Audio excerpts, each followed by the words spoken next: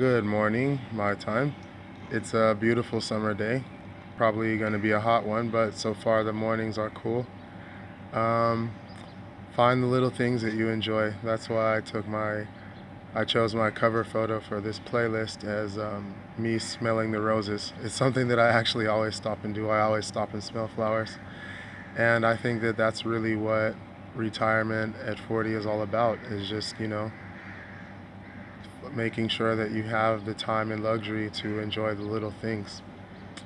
Um, One thing to think about if you're going to be freelancing, gigging, consulting, entering into any sort of contracts is currency fluctuation. And when I write my own contracts, I always write clauses to basically account for the fact that any currency might fluctuate. For example, if you're in a country where there's an unstable currency, it might drop significantly against the dollar. And whether or not the dollar is still important to you or your home currency is more important to you, the fact is that inflation that comes from that could hurt you a lot if you're making the same number of that devalued currency. So if you're in a country with an unstable currency, you could basically peg how much you get paid to a certain exchange rate. So it's you might say that at this time 1,000 units of this currency is equal to 52 euros.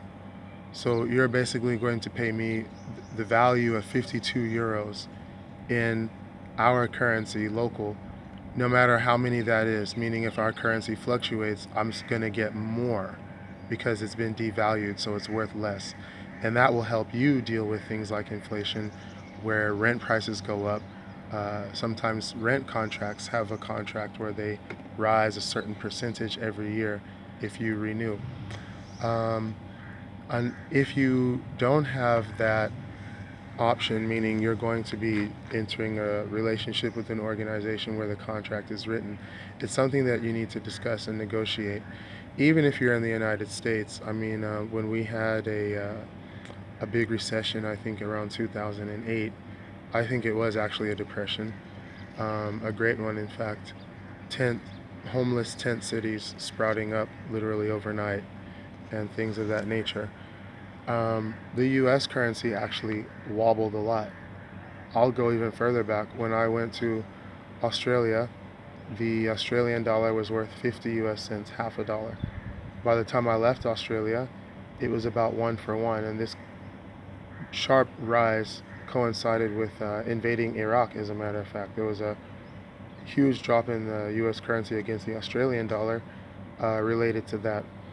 Either way, the point is that even the US currency, for those of you who are in the United States, or even if you are in your home country, you could still write that kind of clause in, basically saying, if if such a thing happens, then I want to make sure that I'm getting paid a value, not a number. There's a huge difference. That number may lose its value and be valueless. During the Weimar Republic in Germany, Deutschmarks were overprinted to the point that whatever the currency was, they were overprinted to the point that they were worthless. People were using them for firewood, to replace firewood, their actual money. So it's not about the number, it's about the value. Always keep that in mind, because if you are arranging your own income and you have a very a strict budget that you want to adhere to so you can meet your savings targets, if you're cash poor because you have invested and you know that that's going to be kind of a rough spot, then getting a jolt like inflation and depreciation of the value of your money can hurt you a lot. Always keep that in mind. Have a great day wherever you are. I hope you have some great weather during that day too.